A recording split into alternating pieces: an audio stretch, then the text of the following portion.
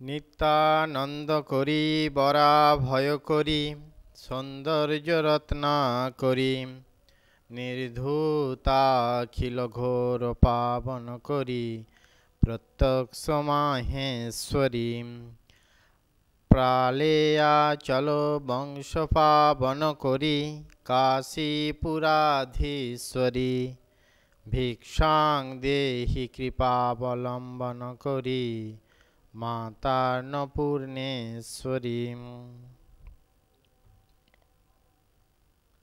আজকে আমরা আলোচনা করব সারগাছি আশ্রমের অন্নপূর্ণা পূজার কিছু কথা। এটি চৈত্র মাস। অন্যান্য হিন্দুদের ধর্মীয় উৎসবের মতো এটি একটি অত্যন্ত গুরুত্বপূর্ণ দিন।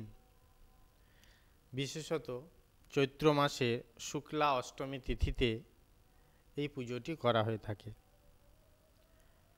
হিন্দুদের বিশ্বাস অনুযায়ী এই পুজো করলে গৃহে অন্নের অভাব থাকে না, তাই সকলে মায়ের এই পূজাটি করে। এই পূজার বিস্তৃত বিবরণ আমরা পাই কৃষ্ণানন্দ রচিত তন্ত্রসার গ্রন্থে। তো আমরা অন্নপূর্ণা পূজার বিস্তারিত বিবরণ এখানে আলোচনা করব না, শুধু সংক্ষেপে একটি জিনিস বলবো যে চৈত্র মাসের শুক্লা অষ্টমী তিথিতে এই পুজোটি কেন করা হয়, এবং তারপরে আমরা চলে যাব সারগাছি আশ্রমে অন্নপূর্ণা পূজার কিছু কথা নিয়ে, তার ইতিবৃত্ত, তার সেকালে কীরকম সূত্রপাত হলো, এই বৃত্তান্ত আলোচনা নিয়ে। সংক্ষেপে বলে নেই, এই যে চৈত্র মাসের শুক্লা অষ্টমী তিথিতে এই পূজাটি হয়, কেন হয় এই দিনটিতে, এর একটি কাহিনী আছে, পৌরাণিক কাহিনী, সেটি বলি। পার্বতী শিবের বিবাহ হয়েছিল। বিবাহের পর তারা যে শিবলোক কৈলাস তীর্থ, সেখানে তারা আছেন এবং বেশ সুখেই তারা দাম্পত্য জীবন অতিবাহিত করছেন। গল্পের কাহিনী অনুসারে শিব ছিলেন দরিদ্র।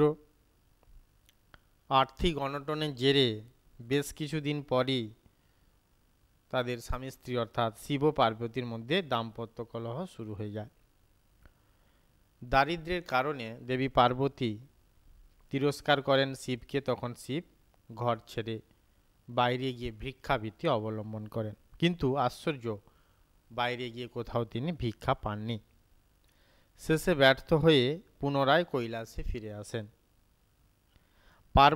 দেবী পার্বতী মায়ায় তিনি যে ভিক্ষা পাচ্ছিলেন না, তা তিনি ঘুণাক্ষরেও টের পাননি। পরে অবশ্য তিনি কৈলাসে ফিরে স্বগৃহীত পালান্ন, পায়েস, পিঠে প্রভৃতি খাদ্যদ্রব্য, সুস্বাদু খাদ্যদ্রব্য খান। এরপর দেবী পার্বতীর মহিমা বৃদ্ধির জন্য তিনি কাশী নির্মাণ করেন এবং সেখানে মা অন্নপূর্ণার মন্দির প্রতিষ্ঠা করেন। চৈত্র মাসের শুক্লা অষ্টমী তিথিতে সেই মন্দিরে দেবী অবতীর্ণ হলেন এবং সেই থেকেই দেবী অন্নপূর্ণা পূজার প্রচলন শুরু হয়ে আসছে। তাহলে ছিলেন দেবী পার্বতী।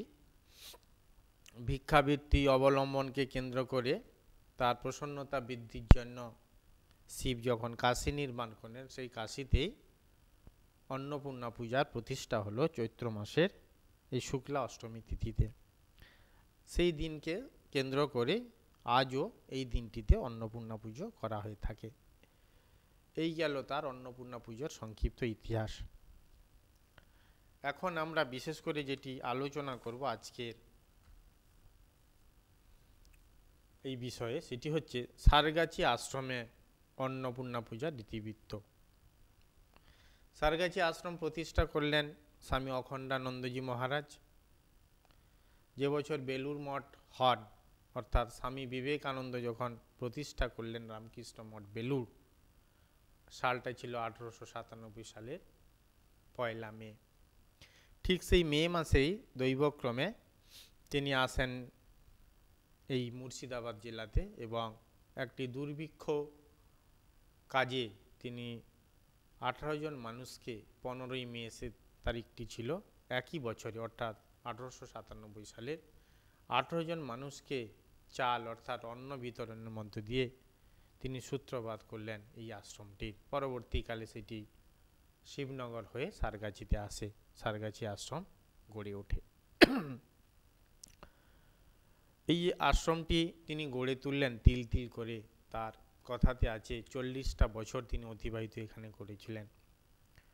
প্রথমে শুরু মুহূর্তে এই মহুলা গ্রামে এই অন্নপূর্ণা পূজাকে কেন্দ্র করেই মা অন্নপূর্ণার আশীর্বাদ, তার প্রেক্ষাপট, তার দৈববাণী ইত্যাদি ইত্যাদিকে কেন্দ্র করে যেন আমাদের আশ্রমটি গড়ে উঠেছে।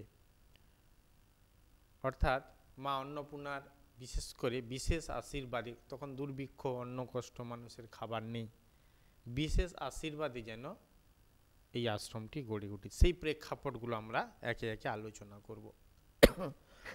স্বামী অখণ্ডানন্দজি যখন আসছেন পলাশী হয়ে, ভাবতা হয়ে, তখন তিনি দেখেন কি দুর্ভিক্ষে কাতর, মানুষজনের খাবার নেই, অন্নাভাব। তখন তিনি ভাবছেন কি যে একটি দোকানে রাত্রি কাটিয়ে ভাবলাম যে এই কষ্ট আর দেখতে পাচ্ছি না, বহরমপুরের উদ্দেশ্যে চলে যাব এবং আস্তে আস্তে এই স্থানটি ত্যাগ করব। কোন স্থানটি? যেখানে দুর্ভিক্ষ হয়েছে। যখন তিনি এই স্থানটি ত্যাগ করবার পরিকল্পনা করলেন মহুলা গ্রাম থেকে, তখন থেকে তার একটি দৈববাণী হয়।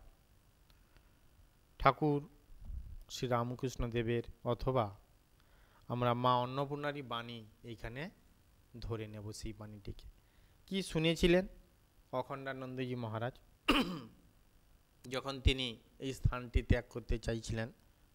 বইতে বর্ণনা আছে। এমন সময় তাহার ভাবান্তর হইল। যেমন উঠিতে যান অমনি তিনি স্পষ্ট শুনিতে পান কে যেন তাহাকে বলিতেছে, কোথায় যাবি? তোর এখানে ঢের কাজ আছে। গঙ্গার তীর, ব্রাহ্মণের গ্রাম, সুভিক্ষ স্থান, তোকে এখানে থাকতে হবে। পরপর 3 বার এই অশরীরী বাণী শুনিলেন এবং উঠিতে চেষ্টা করিয়াও উঠিতে পারিলেন না।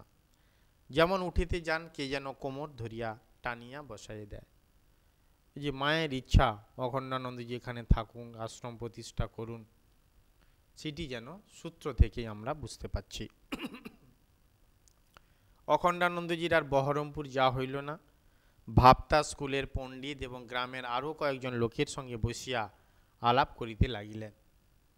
বহরমপুর যা হইল না শুনিয়া গ্রামের এক ব্রাহ্মণ আনন্দে তাহাকে মহুলায় তাহার এক আত্মীয়ের বাড়িতে মা অন্নপূর্ণার প্রসাদ পাইবার নিমন্ত্রণ করিলেন। আস্তে আস্তে অন্নপূর্ণা মা এই প্রসঙ্গে ঢুকে যাচ্ছে। সারগাছি আশ্রম গড়ে তোলার প্রেক্ষাপটে অন্নপূর্ণা পূজার শুভ সংবাদ পাইয়া পরিব্রাজক সন্ন্যাসীর মন ভাবে ভরপুর হইয়া গেল। তিনি ভাবিতে লাগিলেন, এই ভীষণ অন্ন কষ্টের দিনে নিরন্ন ও দুস্থ জনসাধারণের অন্ন কষ্ট দূর করিবার জন্যই কি মা অন্নপূর্ণা আমাকে এখানে রাখিলেন? এই প্রশ্ন করছেন অখণ্ডানন্দজি মহারাজ। কেন তার এই অশরীরী বাণী যে এই অন্ন কষ্টের দিনে যে মানুষের যে অন্ন কষ্ট দূর করিবার জন্য যে প্রচেষ্টা বা তার যে সংগ্রাম বা যে কাজের প্রয়োজনীয়তা বা অখণ্ডানন্দে যে থাকার যে প্রয়োজনীয়তা, এটি অনুভব করেছেন অখণ্ডানন্দজি। যে মায়ের আশীর্বাণীকে বা দৈববাণী থেকে সেই কথাই ফুটে উঠেছে, এইটি অখণ্ডানন্দজি ভাবছেন। প্রাণে প্রাণে এরূপ অনুভব করিয়া মনে মনে মাকে বলিলেন, এবার তোমার সঙ্গে আমার বোঝাপড়া হবে। ভাবতা বাজারে আর না থাকিয়া গঙ্গা স্নানান্তে তিনি দ্রুত পদে মহুলা গ্রামে শ্যানলালদের চণ্ডী মণ্ডপে উপস্থিত হইলেন। তখন মায়ের পূজার জোগাড় হইতেছে। গৃহস্বামী তাহাকে একখানি কুশাসনে বসিতে দিলেন। অখণ্ডানন্দজি মায়ের সম্মুখে চণ্ডী পাঠ শুরু করিলেন। গ্রামস্থ অনেকেই শুভদিনে নবাগত সৌম্যমূর্তি সন্ন্যাসীর সুমধুর চণ্ডীপাঠ শুনিয়া মুগ্ধ হইলেন। প্রসাদ পাইবার পর কয়েকজন ব্রাহ্মণ ও বালক তার কাছে আসিয়া বসিল। বৈকালে তাহাদিগকে গঙ্গার চড়াই লইয়া গিয়া বিশুদ্ধভাবে গায়ত্রীর উচ্চারণ শিখিয়া উহার অর্থ বলিয়া দিলেন। এইগুলো অন্নপূর্ণা পুজোর দিন ঘটনাগুলো হচ্ছে।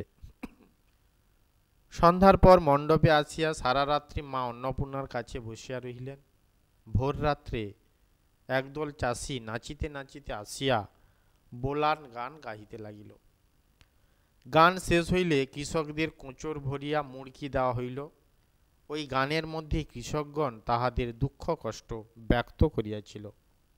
অন্ন ব্যাগরে প্রাণ গেল, জল ব্যাগরে প্রাণ গেল, সমস্ত গানটি অখণ্ডানন্দজি লিখিয়া লইলেন এবং দুর্ভিক্ষের বিবরণপূর্ণ এক পত্রের সহিত ওই গানটিও আলমবাজার মঠে পাঠিয়ে দিলেন। তিনি পরিব্রাজক অবস্থায় আস্তে আস্তে যখন এখানে উঠে পড়েছেন, এখানকার সমস্ত ঘটনা তিনি তখন বেলুড় মঠে লিখে পাঠাচ্ছেন। ঠিক এর পরবর্তী সময়ে আর একটি দুঃখ, এই দুর্ভিক্ষ পীড়িত কষ্টজনক ঘটনা তার হৃদয়কে নাড়া দেয় এবং তিনি স্থির করেন যে এখানে থেকেই যাবেন। সেই ঘটনাটি কি উল্লেখ করি। একদিন এক ব্রাহ্মণ অখণ্ডানন্দকে তার বাড়িতে ভিক্ষা গ্রহণের জন্য বলিয়া যান। যখন তিনি শুনিলেন ওই বাড়ির পাশেই এক কৃষক পরিবার অনাহারে কাটাইতেছে, তখন নিরন্ন কৃষকের গৃহদ্বারে গিয়া জিজ্ঞাসা করিলেন, হ্যাঁ মা, তোমরা নাকি দুদিন খেতে পাওনি? উত্তরে ভিতর হইতে কৃষক পত্নী আর্তনাদ করিয়া উঠিল। অখণ্ডানন্দ নিজ প্রকোষ্ঠে ফিরিয়া খিল দিয়া ঠাকুরের কাছে কাঁদিয়া কাঁদিয়া প্রার্থনা করিতে লাগিলেন। অনেকক্ষণ পর দরজা খুলিয়া দেখেন গৃহস্বামী বিষণ্ণভাবে বসে আছেন।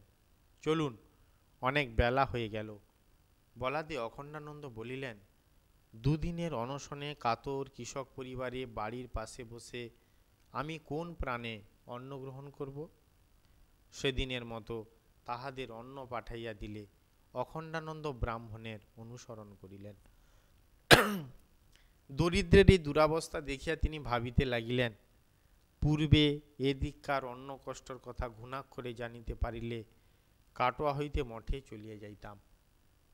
এখন আর মা অন্নপূর্ণার আদেশ প্রতিপালন না করিয়া কাপুরুষের মতো চলিয়া যাইবার উপায় নাই।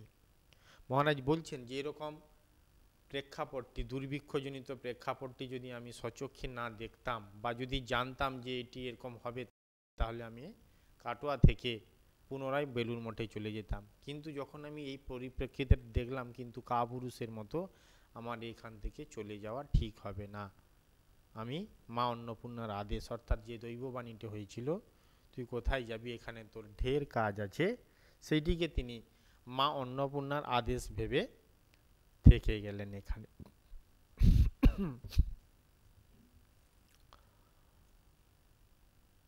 আমরা এই সারগাছি রামকৃষ্ণ মিশনের যে সূচনার লগ্ন যেটি মহুলাতে হয়েছিল, সেই তত্ত্বগত দিকটি দিয়ে বললাম যে 1897 সালে 15ই মে যখন 18 জন দুর্ভিক্ষিত পীড়িত মানুষকে যে ত্রাণ দেওয়া হয়েছিল, সেই ত্রাণের বিষয়টি ছিল কিন্তু অন্ন, চাল। অন্নপূর্ণা পূজার সঙ্গে যেন সবই ওতপ্রোতভাবে জড়িত। একবার যখন সারগাছি আশ্রমে সকল অন্যান্য সাধু ব্রহ্মচারীরা এবং ভক্তরা, বিশেষ করে মহারাজের অনুরাগীরা যখন বলছেন যে মহারাজ আপনার জন্মদিনটি খুব সুন্দরভাবে পালিত হোক, আড়ম্বরের সহিত আমরাও আনন্দ করি, তখন অখণ্ডানন্দজি কোনো মতেই চাইতেন না যে তার জন্মদিন এখানে পালিত হোক। তিনি বারবার বলতেন যে সন্ন্যাসী, তিনি আত্মসাধ্য করে সন্ন্যাস নিয়েছেন, তার আবার জন্মদিনের কিসে। অনেক যখন পীড়াপিড়ি করলেন তখন অখণ্ডানন্দজি বললেন যে যদি খাওয়াতেই হয় তাহলে মা অন্নপূর্ণার পূজাতে সকল দরিদ্র নারায়ণকে পেট ভরে খাওয়াও। এই যে অন্নপূর্ণার পূজাতে তার অনুরাগ আছে, তার যে আড়ম্বর যদি ছোটোখাটো করতেই হয় তাহলে মায়ের পূজাতেই হোক। এরপরে আমরা আরেকটি গুরুত্বপূর্ণ ঘটনা এখানে উল্লেখ করব, সেইটি হচ্ছে এই যে সারগাছি রামকৃষ্ণ মিশনের যে মন্দিরটি, অখণ্ডানন্দজি মানুষের মধ্যে শিব দর্শন করেছিলেন, তাই তিনি ইট কাঠ পাথরের মন্দির নির্মাণের দিকে আগ্রহ বেশি ছিল না, বেশি তার আগ্রহ ছিল জীবন্ত মানুষের সেবা করাতে। মন্দির করার দিকে তার ঝোঁক ছিল না। পরিশেষে ভক্তদের অনুরোধে এবং পরবর্তী প্রজন্মের প্রয়োজনীয়তা অনুসারে তিনি একটি মন্দির নির্মাণ করেছিলেন। তো তো সেই মন্দিরটি খুব সুন্দর এখানে ঘটনা আছে। তার ইচ্ছে ছিল ঠাকুরের তিথি পুজোতে প্রতিষ্ঠা করার, কিন্তু দৈবক্রমে সেটি অন্নপূর্ণা পুজোর দিনই হলো। যেন মায়ের ইচ্ছেতেই সারগাছি আশ্রম, সারগাছি আশ্রমের মন্দির, সারগাছি আশ্রমের ভাবাদর্শ সবই যেন নির্ণীত হচ্ছে, এইটি তিনি উপলব্ধি করলেন। আমরা মূল বই থেকে একটু আলোচনা বা পাঠ করি কি ঘটনাটি ঘটেছিল মন্দির নির্মাণকে কেন্দ্র করে, যেটি আমরা অন্নপূর্ণা মায়ের আশীর্বাদ বা কৃপা হিসেবে ভাবব। শ্রী শ্রী মায়ের ও স্বামীজির তিথি পূজা আসিল এবং চলিয়া গেল। দেখিতে দেখিতে শ্রী শ্রী ঠাকুরের তিথি পুজোও ঘনাইয়া আসিল। স্বামী অখণ্ডানন্দের মনের বাসনা ওই দিনে হৃদয় দেবতাকে নতুন মন্দিরে লইয়া যাইবেন। অবশেষে তিনি হতাশ হইলেন। শুভ ফাল্গুনী দ্বিতীয়াও আসিয়া চলিয়া গেল, ঠাকুরের জন্মতিথি। মন্দিরের বাকি কাজটুকু যেন আর কিছুতেই শেষ হয় না। আশ্চর্য! দিব্য স্মৃতিপূর্ণ সেই অন্নপূর্ণা পূজার ঠিক 2 দিন পূর্বে নবাব বাড়ির প্রাচীন অভিজ্ঞ এক মিস্ত্রি আশ্রমে অপ্রত্যাশিতভাবে উপস্থিত হইল এবং অহোরাত্র অপূর্ব ক্ষিপ্রতা ও দক্ষতার সহিত সুনিপুণ তুলিকা স্পর্শে 2 দিনে রঙের কাজ শেষ করিল। কি আশ্চর্য! অন্নপূর্ণা পূজার ঠিক পূর্ব দিনে মন্দিরের যাবতীয় কার্য সমাপ্ত হইল। তাহলে এখানে ঠাকুরের কথাতে আমরা পরে দেখব যে এখানে তিনি বেষ্টিরূপে অন্নপূর্ণা, তো অন্নপূর্ণা পূজার সঙ্গে কি জড়িত, কি আত্মিক সম্পর্ক সারগাছি আশ্রম এবং মন্দিরের, ঠাকুরের, ভক্তের সকলের। বঙ্গাব্দ 1336, 4 বৈশাখ বুধবার। সুদীর্ঘ উৎকণ্ঠা ও প্রতীক্ষার অবসানে মন্দির প্রতিষ্ঠার পুণ্য দিবস সমাগত।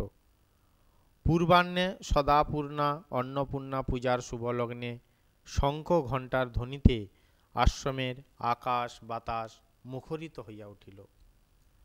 স্বামী অখণ্ডানন্দ মস্তকের উপর তাহার প্রাণের দেবতাকে বহন করিয়া ছেলেদের খেলাধুলা ঠাকুরঘর হইতে নবনির্মিত দ্বিতল মন্দিরের মর্মবেদীর উপর সূক্ষ্ম কারুকার্য খচিত কাশ্মীরি কাঠের সিংহাসনে সযত্নে বসাইলেন।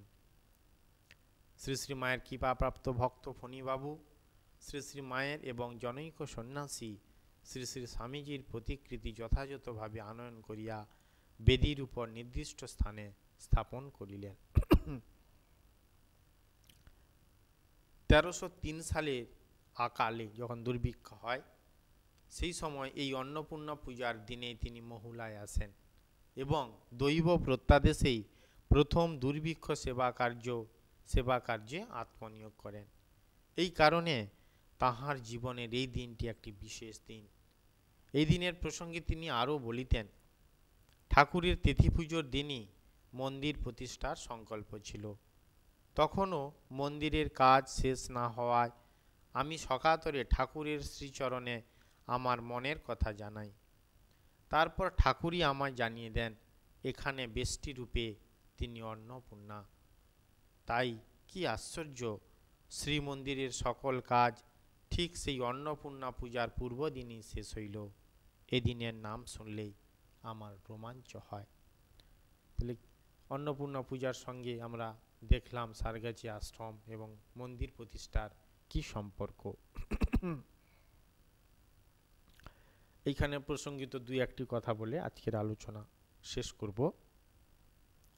অখণ্ডানন্দজি যখন তার পরিব্রাজক জীবনে একবার পুরী গিয়েছিলেন জগন্নাথ মন্দির দর্শন করতে, আশ্চর্যভাবে তিনি দেখেন জগন্নাথ মন্দিরের জায়গায় মা লক্ষ্মী বসে আছেন। তিনি প্রথমে বুঝতে পারেনি ব্যাপারটি কি, যখন অনেকবার চাক্ষুষ করলেন এই ঘটনাটি পরে এসে যখন তৎকালীন যে প্রেসিডেন্ট রাজা মহারাজ স্বামী ব্রহ্মানন্দজিকে তিনি যখন বললেন, ব্রহ্মানন্দজি বললেন যে এইটি দেখার অর্থ এই, মায়ের আশীর্বাদে তোমার আশ্রমে আর অভাব অনটন হবে না। এই যে রাজা মহারাজ আশীর্বাদ করলেন, দেবী লক্ষ্মী দেখা দিলেন, মা অন্নপূর্ণার আশীর্বাদ তো রয়েছেনই। আস্তে আস্তে সেই জন্য অভাব অনটন দূরীভূত হলো মা অন্নপূর্ণার কৃপায় এবং আশীর্বাদে, আর অন্য কষ্ট যেন রইল না। তৈত্তরীয় উপনিষদে শাস্ত্রের এই অন্ন সংক্রান্ত কিছু কথা আছে, যেটাতে আমরা দেখতে পাই অখণ্ডানন্দজি মহারাজ সেই কথাগুলোকে কেমন গুরুত্ব দিতেন এবং জীবনে প্রতিফলিত করতেন। তৈত্তরীয় উপনিষদে আছে অন্নং ন নিন্দাত তদ্ব্রতম, অর্থাৎ অন্নকে নিন্দা করিবে না, এটাই ব্রত। অন্নং ন পরিচক্ষিত তদ্ব্রতম, অন্নকে উপেক্ষা করিবে না, এটাই ব্রত। অন্নং বহু কুর্বিত তদ্ব্রতম, অন্নকে বৃদ্ধি করিবে, এটাই ব্রত। আমরা সারগাছি আশ্রম প্রতিষ্ঠার পরবর্তীকালে দেখতে পাই স্বামী অখণ্ডানন্দজি মহারাজ আশ্রমস্থ এবং এলাকাবাসী সমগ্র মানুষ যাতে স্বনির্ভর হতে পারে তার জন্য তিনি স্কিল ডেভেলপমেন্ট এবং তার পাশাপাশি বিশেষ করে কৃষিকাজকে অত্যন্ত গুরুত্ব দিতেন। তারই ফলস্বরূপ আমরা এখন দেখতে পাই আশ্রমে বর্তমানে কৃষি বিজ্ঞান কেন্দ্র হয়েছে। আরেকটি কথা বলে উপসংহার করব, সেটি শঙ্করাচার্য যে অন্নপূর্ণা স্তোত্র রচনা করেছেন তার শেষে তিনি একটি সুন্দর কথা বলেছেন। কি সেটি? তিনি বলছেন, অন্নপূর্ণে সদা পূর্ণে শঙ্কর প্রাণ বল্লভে জ্ঞান বৈরাগ্য সিদ্ধার্থং ভিক্ষাং দেহি চ পার্বতী। হে অন্নপূর্ণে, তুমি নিরন্তর পূর্ণরূপে বিরাজিতা, তুমি শঙ্করের প্রাণ প্রিয়া, তুমি পার্বতী, তুমি আমায় এরূপ ভিক্ষা দাও যেন আমার বৈরাগ্য ও জ্ঞান লাভ হয়। এই অন্নপূর্ণা পূজার ইতিহাস আলোচনার প্রসঙ্গে শুরুতে আমরা যখন বললাম যে শিব ভিক্ষা নিয়েছিলেন অন্নপূর্ণার কাছ থেকে, সেখানে ভিক্ষান্নগুলো ছিল পায়েস, মিষ্টি, পিঠে ইত্যাদি, কিন্তু আচার্য শঙ্কর বলছেন যে আমাদের তুমি এই ভিক্ষা দাও, সেটি কি বৈরাগ্য এবং যাতে জ্ঞান লাভ হয়। অন্ন যেমন শারীরিক ক্ষুধা মেটায়, শরীরের খাদ্য, তেমনি মন ও আত্মার খাদ্য বৈরাগ্য এবং জ্ঞান, চরম জ্ঞান লাভ, সেইটি যাতে মায়ের কৃপা হয় তিনি প্রার্থনা করেছেন। আমরাও আচার্য শঙ্করের মতো সমবেতভাবে এই পবিত্র দিনটিতে কেন্দ্র করে শ্রী শ্রী মায়ের চরণে এই প্রার্থনা জানাই, আমাদের জাগতিক অন্ন কষ্ট দূরীভূত হোক, আধ্যাত্মিক জ্ঞান লাভ হোক, বৈরাগ্য লাভ হোক, মায়ের শ্রীচরণে এই আমরা প্রার্থনা করি। একটি প্রণাম জানিয়ে মাতা এবং শিব, মাতা পার্বতী এবং শিবের চরণে প্রণাম জানিয়ে আজকের এই আলোচনা শেষ করব। মাতা মে পার্বতী দেবী, পিতা দেব মহেশ্বর, বান্ধবা শিব ভক্তাস্য, স্বদেশ ভুবনত্রম।